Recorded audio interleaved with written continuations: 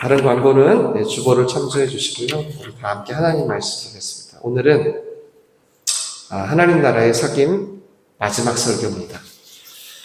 7번째 날이고요. 본문은 우리 첫째 날 봤던 본문과 똑같은데 사도행전 2장 43절에서 47절입니다. 짧아서 한 목소리로 다 함께 읽도록 하겠습니다. 네, 말씀 보시고요. 함께 읽겠습니다. 시작. 사람마다 두려워하는데 사도들로 말미암아 기사와 표적이 많이 나타나니 믿는 사람이 다 함께 있어 모든 물건을 서로 통용하고 또 재산과 소유를 팔아 각 사람의 필요를 따라 나눠주며 날마다 마음을 같이하여 성전에 모이기를 힘쓰고 집에서 떡을 떼며 기쁨과 순전한 마음으로 음식을 먹고 하나님을 찬미하며 또 온 백성에게 칭송을 받으니 주께서 구원받는 사람을 날마다 더하게 하시니라. 아멘. 우선 하나님께 감사드립니다. 하나님 나라의 사귐이라는 설교를 통해서 저 자신도 그렇고 우리에게 다시금 한번 우리가 왜 교회를 다니는지, 교회는 어떤 곳인지, 나에게 공동체란 무엇인지 생각해 볼 수 있게 해주셨어요. 특별히 저는 이번 설교를 통해서 다시금 제가 왜 민들레올시를 개척하게 됐는지도 좀 확인하게 되었고요. 그리고 여러분을 어떻게 바라봐야 하는지도 좀 이렇게 보게 되었습니다. 오늘 마지막이고요. 이번 시리즈의 핵심 키워드 하나만 뽑으라면 코이노니아라는 헬라어예요. 저는 예전까지는 이번 설교 전까지는 단순히 그냥 친교, 서로 사귀는 것으로만 생각을 했는데 이번에 이제 알게 된 거죠. 공부하면서. 이게 삼위일체 하나님의 연합에 쓰이는 말이구나. 그런 것처럼 우리도 한 몸을 이루고 하나됨을 누리라고 우리가 교회도 나가고 목장 모임도 하는 거구나. 처음부터 이렇게 창조가 된 거죠. 우리가. 그러므로 예수 그리스도 안에서 다시 성부, 성자, 성령이 코이노니아를 이루시는 것처럼 우리도 그거를 누리기 위해서 교회도 다니고 목장 모임도 하고 교제도 하고 같이 놀기도 하고 같이 기도도 하고 하는 거예요. 그렇게 저희들끼리 코이노니아를 이루면 그게 하나님의 코이노니아를 경험하게 된다는 거죠. 이게 나눠져 있지 않대요. 도로데우스의 원처럼 많이 보여드렸죠. 동시에 이루어진다는 거죠. 그래서 지난 6번의 설교를 통해서 저희가 이 코이노니아라는 게 뭐고 이걸 이루기 위해서 우리한테 어떤 모습들이 좀 필요하고 나타나야 하는지를 나눴어요. 제일 먼저는 기억이 되실지 모르겠는데 성찬의 사귐에 대해서 나눴어요.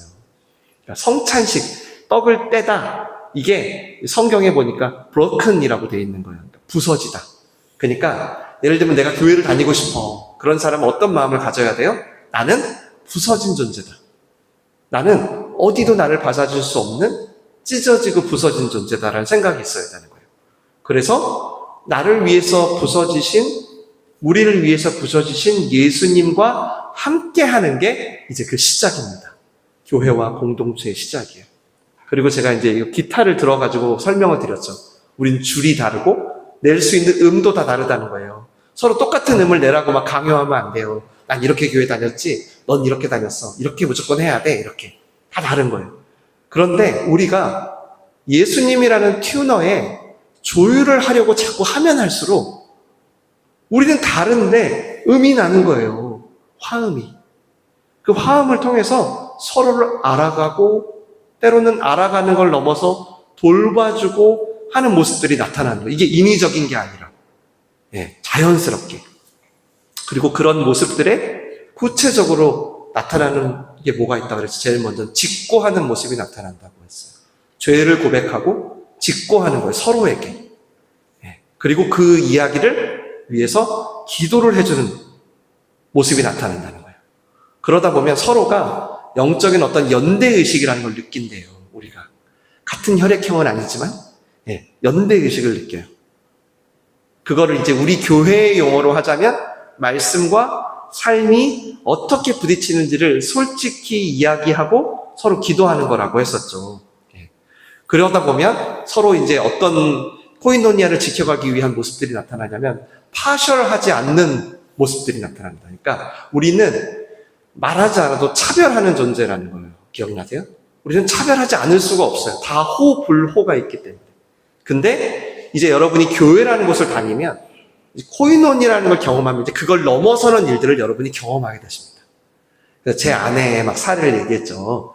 제 아내가 이병헌이라는 배우가 나오면 TV를 꺼버린다고. 그래서 제가 이병헌이 우리 교회 오면 어떡할 거냐고 했던, 차별하지 않는.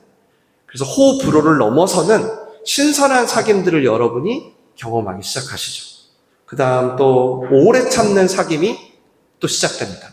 우리의 인내력이 아니고 예수님과 조율하다 보니까 예수님의 오래 참음이 부어지는 거예요.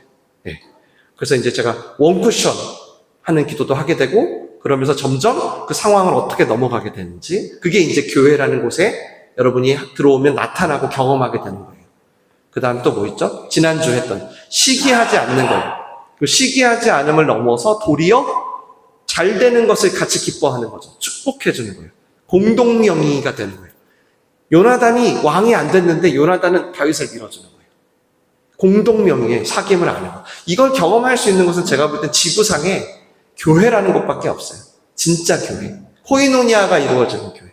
그렇게 수많은 자본주의와 기회주의와 개인주의와 원수의 그런 불화살 방해 속에서도 이 코이노니아가 든든하게 세워지고 지켜진다라고 했습니다. 오늘 마지막이고요. 오늘은 사역의 사귐이라는 주제로 이 시리즈를 맺을 거예요. 반드시 있어야 되는 내용이고요. 이것까지 있어야 여러분이 이제 교회를 다니시는 겁니다. 코이노니아, 진짜 공동체를 경험하는 거예요. 예. 쉽게 말씀드리겠습니다. 코이노니아를 이루면 예수님의 일도 함께 하게 된다는 거예요. 쉽죠? 그러니까 만약에 두세 사람이 모여서 예수님과 조율하는 모임을 가지려고 해요. 그러면 절대 그 모임 자체에 머물지 않고 반드시 예수님의 일을 하게 된다는 거예요. 보통 그리고 이런 얘기를 많이 들어요. 요즘도 많이 들릴 것 같은데요. 믿음이 있어야 뭔가 믿음의 일을 하죠 라는 얘기 들어보셨어요? 그러니까 교회를 나가시거나 어떤 목장에서나 이제 예를 들면 뭘 권하는 거예요. 우리 같이 이것 좀 합시다. 그러면 제 믿음이 없어서요. 믿음이 좀 생기면 할게요. 뭐 이런 얘기들 혹시 들어보셨나요? 이런 경우가 있죠. 근데 이 코이노니아라는 것은 원래 하나님이 계획하신 이 공동체라는 것은 오히려 믿음의 행동을 하다 보면 믿음이 생기기도 한다는 걸 경험한다는 거예요. 예를 들어 함께 걷다라든가 우리 플로잉 데이라든가 우리 뭐 스포츠 사역이라든가 이런 걸 해요. 코이노니아를 통해서 시작된 사역들에 참여를 하면 할수록 우리가 믿음을 갖게 되거나 예수님과 조율하게 될 가능성이 열린다는 거예요. 이 두 방향의 움직임이 동시에 존재한다는 거예요. 코이노니아에. 우리가 예수를 닮으면서 예수의 일도 하지만 예수의 일을 하면서 예수님도 닮는. 사실 여러분 교회는 많은 프로그램이 필요 없어요. 정말로. 그냥 코이노니아의 필수적인 몇 가지면 충분해요. 네. 또 그런 사역을요, 어떤 소수의 목회자나 전문 어떤 사역자들이 만드는 게 아니라 코이노니아에 속한 누구든지 말씀과 삶이 부딪혀가는 과정에서 자연히 나타나는 거예요. 네. 그리고 그런 일들을 서로가 참여하면 그게 예수의 일이 되는 거죠. 원래 교회는. 그래서 적어도 저는 저희 민들레온 씨와 같은 곳에서 하는 어떤 사역은 꼭 한번 참여해 보시길 축원합니다. 추천드려요. 이게 어떤 그냥 단발성 이벤트가 아니라 말씀과 삶이 부딪혀서 시작되는 어떤 사역은 꼭 참여해 보셔서 코이노니아에는 자연히 예수의 일도 하고 싶어지는 거구나 라는 걸 경험을 좀 해보셨으면 하는 거죠. 그동안 제가 설교하면서 7주 내내 얘기했는데 오늘 이 예수님의 일도 마찬가지. 절대 억지로 하는 게 아니에요. 절대. 그걸 알게 되실 거예요. 네. 원래 하나님이 창조하신 이 코이노니아, 이 교회, 공동체가 그런 거예요. 네. 그냥 예수님과 조율을 하려고 하는 공동체에는 그냥 머물기만 해도 그럼 이제 우리가 뭐 해야 될까라는 생각이 들어요. 그냥. 코이노니아가 시작되면 뭔가 함께 예수의 일을 하고 싶어지고 예수의 일을 할 때 진정한 코이노니아를 경험하게 된다는 거죠. 그러니까 이 두 방향을 다 의식하자는 거예요, 저희가. 앞으로. 예수님을 조율하면 예수님의 일을 하게 되는데, 예수님의 일을 하게 되면 또 조율하게 되는구나. 이 두 가지를 전부 다 의식하자는 겁니다. 물론 중요한 건 있어요. 그거는 뭐냐면 자발적이어야 한다는 거죠. 자발적이어야 한다는 거. 특히 저희 교회는 강권하는 게 거의 없어요. 이게 사실 약점일 수도 있습니다. 교회가 빨리 안정되는 데는 약점이죠. 그러나 장기적으로는 우리가 진정한 코이노니아를 위해서 좀 참고 기다려야 되는 문제라고 생각해요. 특히 제가 정말 잘 기다려야겠죠. 제가 욕심이 가장 많으니까. 빨리 뭔가 안정되고 뭔가 되기를 바랄 수 있잖아요. 근데 진정한 코이노니아를 이루면 저부터 가장 먼저 말씀과 삶이 부딪히는 일상을 살아가야 되는 거예요. 그러면서 정말로 내가 공동 명의를 원하는지 여러분들을 지그시 봐야 돼요. 그리고 자발적으로 예수의 일을 할 때까지 기다려야 되는 거죠. 물론 늘 알고는 있어야 돼요. 우리는 예수님과 조율하면서 예수님의 일을 하게 된다. 그리고 예수님의 일을 하게 되면 또 예수님과 조율하게 된다. 그럴 때 성령께서 우리를 하나님의 코이노니아로 움직여 가신다. 알고 있어야 되죠. 그럴 때 또 하나 우리가 기억해야 될 게 뭐냐면, 여러분, 이 교회라는 곳의 구조가요, 그 원리가요, 새로워져야 합니다. 우리 교회도 목사라는 일단 직책이 있고 권사, 집사도 있어요. 일반적으로 여러분 교회라는 곳은 중앙 집권적인 조직에 가깝습니다. 원래 성경적인 교회는 아닌데 이제 전통에 따라 교리가 만들어지고 역사가 흐르면서 그렇게 되었어요. 그래서 목회자가 그 최정점에 있습니다. 그리고 그 아래 장로, 권사, 집사, 평신도 리더들이 이제 계층을 이루는 거죠. 근데 코이노니아는 이런 기존의 조직에 변화를 요구해요. 계속. 보통 그래서 코이노니아를 추구하는 공동체는 탈중앙 집권형 혹은 분산형 조직이 될 수밖에 없습니다.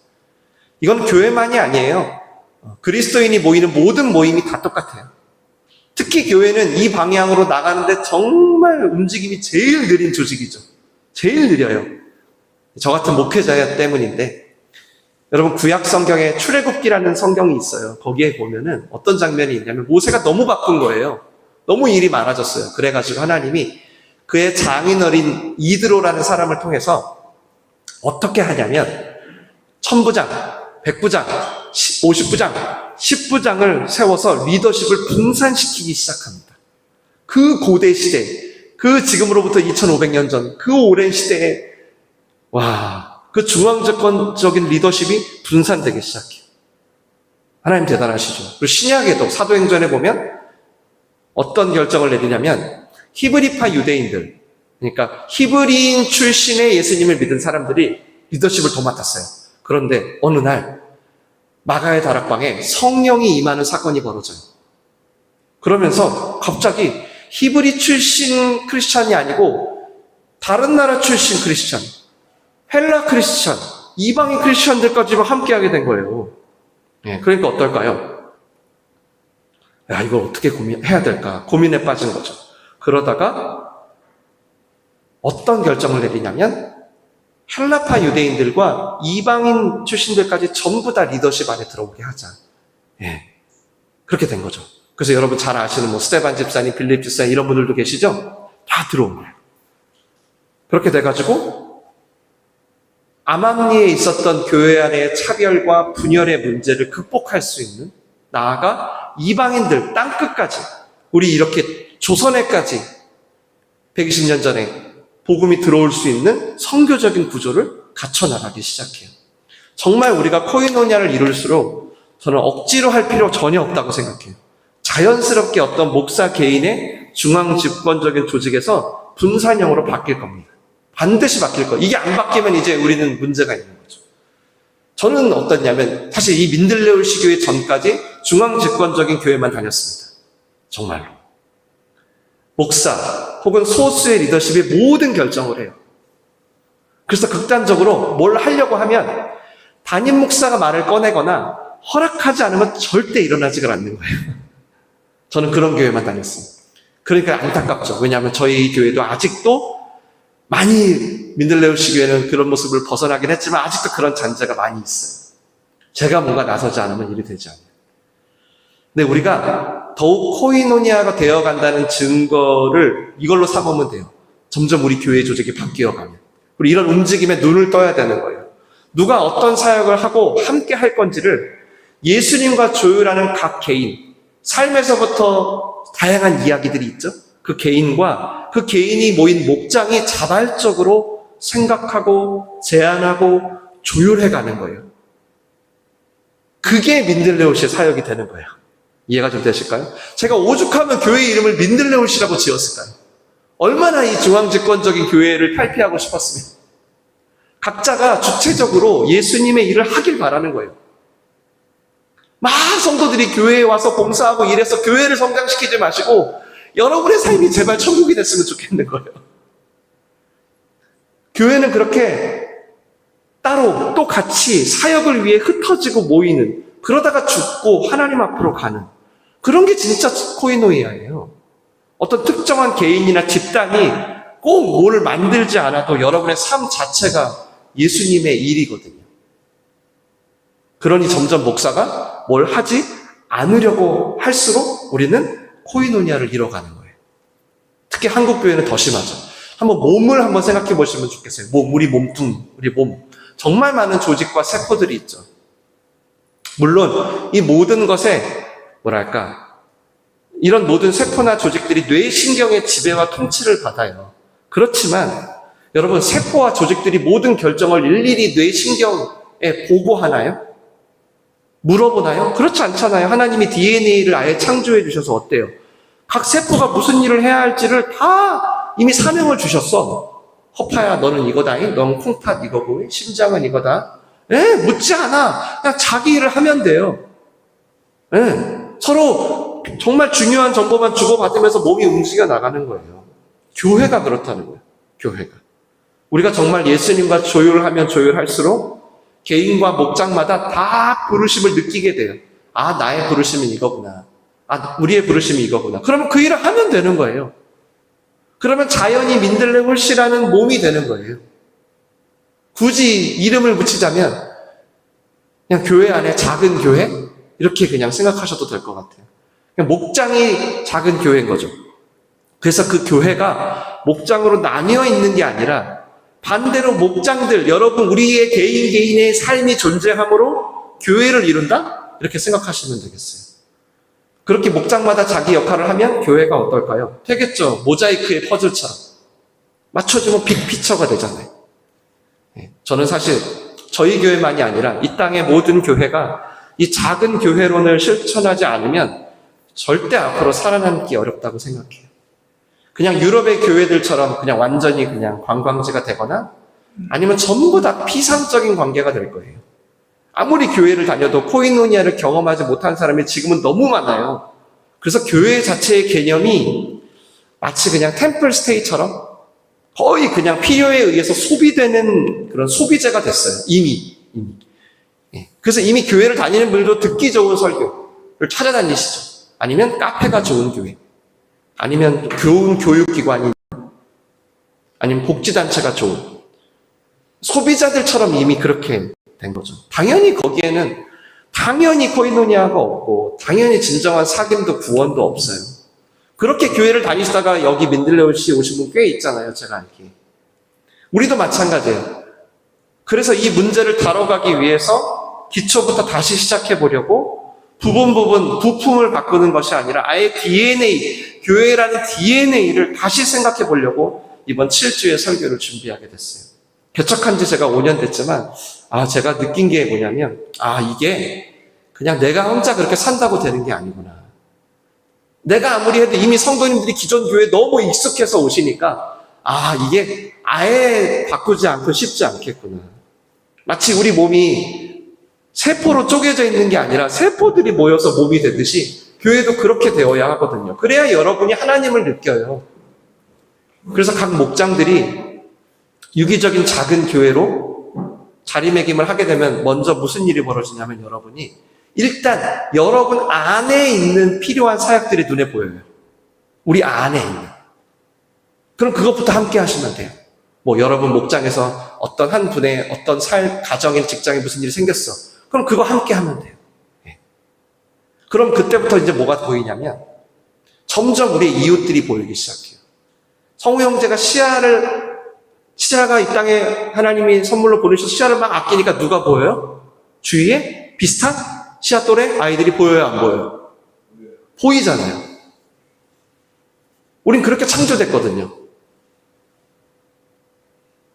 그래서 제가 꼭 시도를 해보고 싶은 건 그거를 당장 할지 제가 내년부터 할지는 모르겠어요.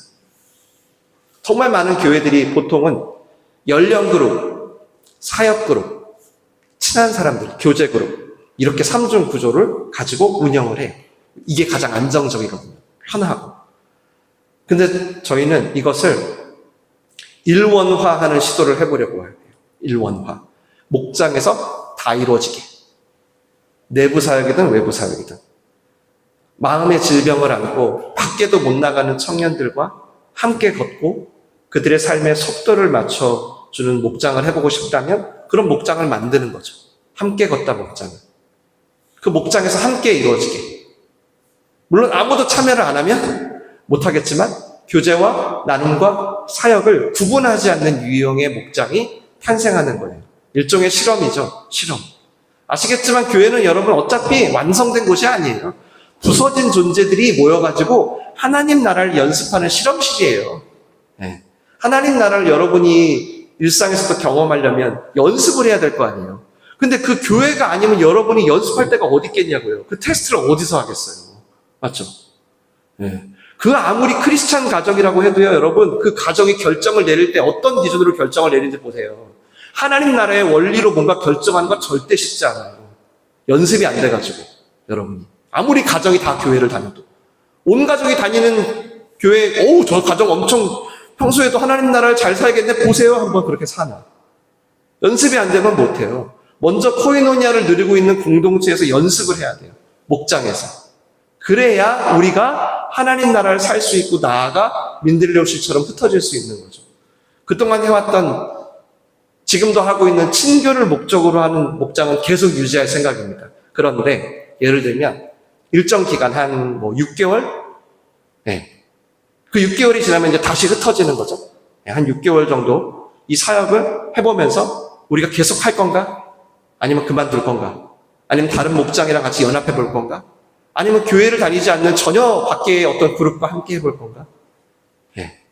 등등을 시도해 보면서, 내가 교회를 다니는 게, 목장을 모이는 게, 단지 친목이 이유가 아니라 예수의 일을 함께 하기 위함이구나. 라는 걸 자연스럽게 여러분이 경험하셔야 돼요. 그래야 여러분이, 내가 교회를 다닌다는 걸 이해하실 거예요. 물론 전통적인 교회관을 가지고 있는 분들에겐 지금 이게 조금 혼란스러울 수도 있어요. 목회자가 모든 걸 기획하고, 실험보다는 뭐죠? 네. 어떻게든 한 사람이라도 더 교회를 나오게 하기 위한 안정적인 시스템을 구축하는 게 익숙하신 분들. 근데 저는 죄송하지만 아무리 성경을 읽어봐도 앞으로의 교회는 저는 그렇게 될 수 없다고 생각합니다. 네. 최근에 제가 기억이 나는 게 단발성이었지만 우리 내부 사역 중에 콩국수와 비빔국수를 해주겠다고 모인 분들이 계세요. 가만히 보니까 한 목장이 그거를 이렇게 감당하더라고요. 거의 다. 미리 준비하고 미리 서로 약속을 정하고 미리 나와서 미리 섬겨주신 거예요. 그런 일들이 자발적으로 시도되기 시작할 때 우리도 점점 코이노니아가 되겠네 라고 생각하시면 돼요. 이제 우리 목장별로 성찬 준비도 시작했잖아요. 잘 못해도 괜찮으니까 잘 안 되고 되고 신경 쓰지 마시고 마음껏 한번 시도해 보세요. 마음껏. 이 사람은 믿음이 있네 없네 신경 쓰지 마시고. 외부 사역도 마찬가지예요. 얼마 전부터 참모 형제가 제안했잖아요. 우리끼리만 플로잉 하지 말자. 이웃들에게도 좀 흘려보내는 걸 연습하자. 물론 플로잉 기금도 모이겠지만 여러분 목장마다 상황에 따라 더 추가하시고 더 확장하셔서 다양한 시도들을 여러분이 해볼 수 있었으면 좋겠어요. 또 저희가 이제 이 설교가 끝나면 이제 준비할 사역들이 있어요. 선한 사마리아 사역인데 제가 고아원을 계속 돈을 보내보고 저희가 5년 동안 보냈잖아요. 그리고 이제 고아원에 가서 할 사역도 생각하다가 느낀 건데 둘 다 우리의 지금 코이노니아에 맞지 않다는 생각이 들었어요. 그래서 고아원뿐만이 아니라 이번 팀원 위메프 사건도 그렇고 우리 주위에 안타까운 일들이 사실은 우리는 수시로 들려온단 말이에요. 그것들을 통해서 예수님의 일을 우리가 할 수 있는 것부터 좀 해야 할 텐데 먼저는 기도부터 하겠죠. 네. 그래서 이번에 사실 팀원 UMF 때문에 환불받으러 거기 갔을 때 제가 목자들만 데리고 가서 냉커피라도 좀 나누려고 했어요. 너무 더운데 압사당하겠더라고요. 거기서 이태원처럼. 근데 제가 그걸 하려고 딱 마음 먹으니까 제가 사실 그때부터 해가지고 이 설교를 준비했던 것 같아요. 이게 교회라는 조직이 너무 지금 우리한테 너무나 다 다르구나. 그래서 정말 하나님의 말씀하신 좀 교회를 시작하려면 다시 그쪽은 모아야겠다. 그래서 이제는 한 달에 한 번씩 기도부터 시작해서 우리가 도울 수 있는 일을 시도할 수 있는 목장을 하나 만들려고 해요. 선한 사마리아 목장. 그리고 또 에코 목장도 준비 중이에요. 에코. 탄소 배출을 줄이고 하나님이 창조하신 자연을 우리가 일상에서부터 어떻게 섬길 수 있을까? 우리가 할 수 있는 예수님의 일부터 해보는 거예요. 내 삶에서부터 했기 때문에 하면 돼요. 지속 가능하게 할 수 있어요. 그래서 제가 이걸 아예 목장마다 정해서 그냥 6개월 정도 해보자고 다 나눠줘 볼까라는 생각도 들었어요. 어떨 때는 서로 목장끼리 연합을 해도 되고 아이디어도 서로 공유하면서 함께 예수의 일을 두려움 없이 실험해 가다 보면 그게 바로 하나님이 지금 말씀하신 코이노니아라는 겁니다.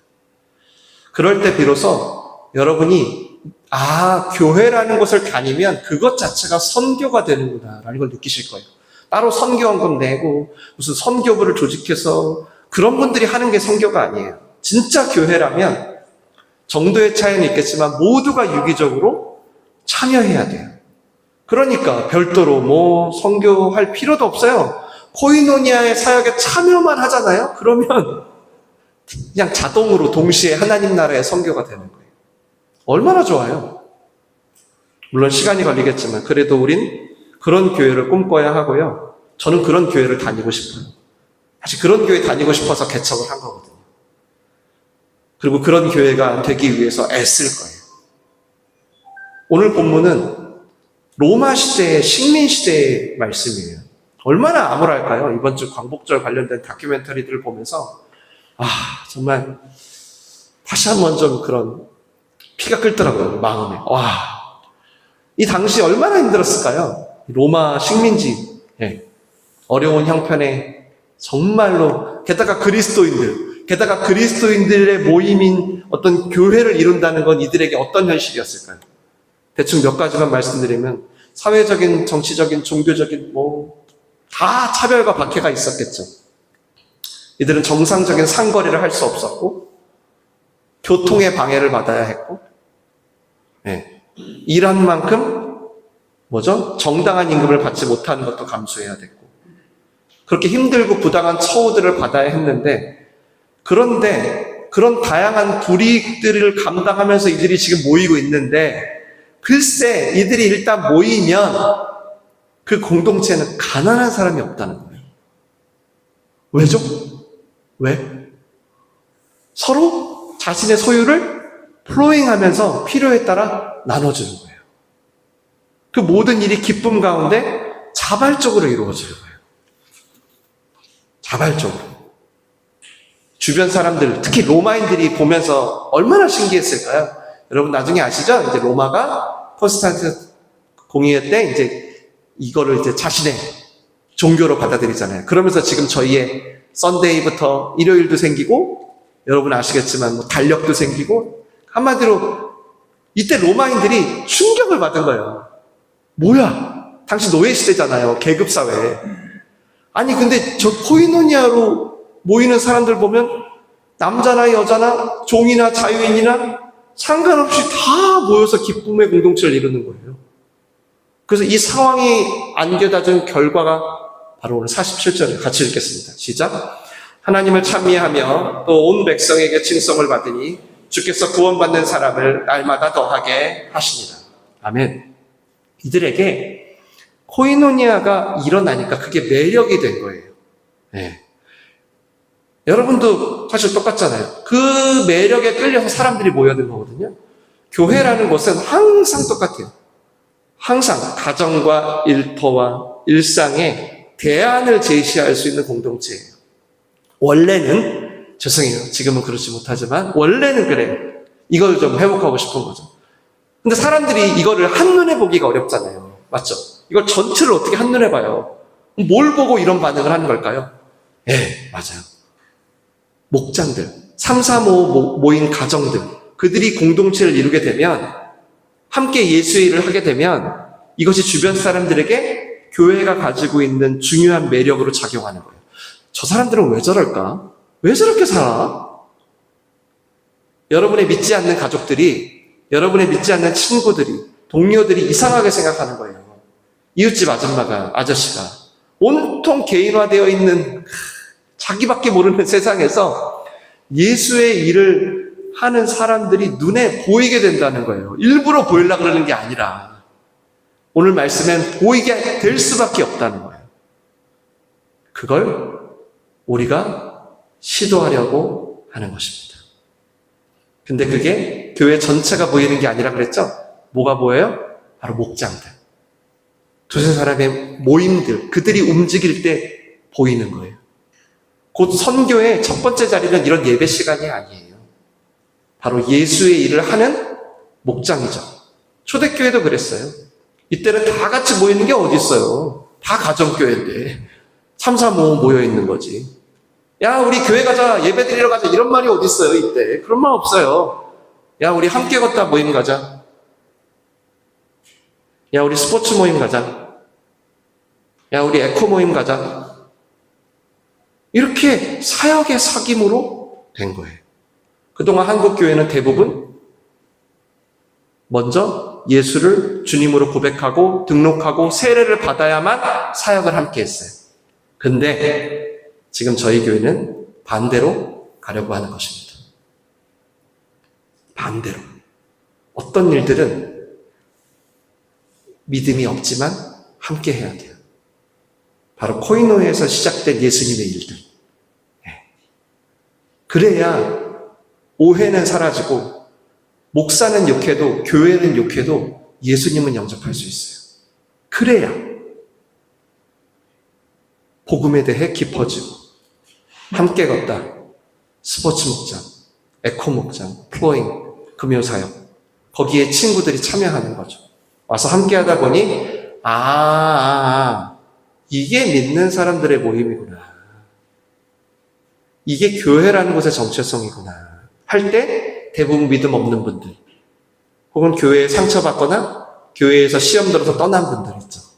그런 분들이 이 다시 코이노니아로 이렇게 들어오게 되는 거예요. 초대교회도 똑같이 그랬어요. 이때도.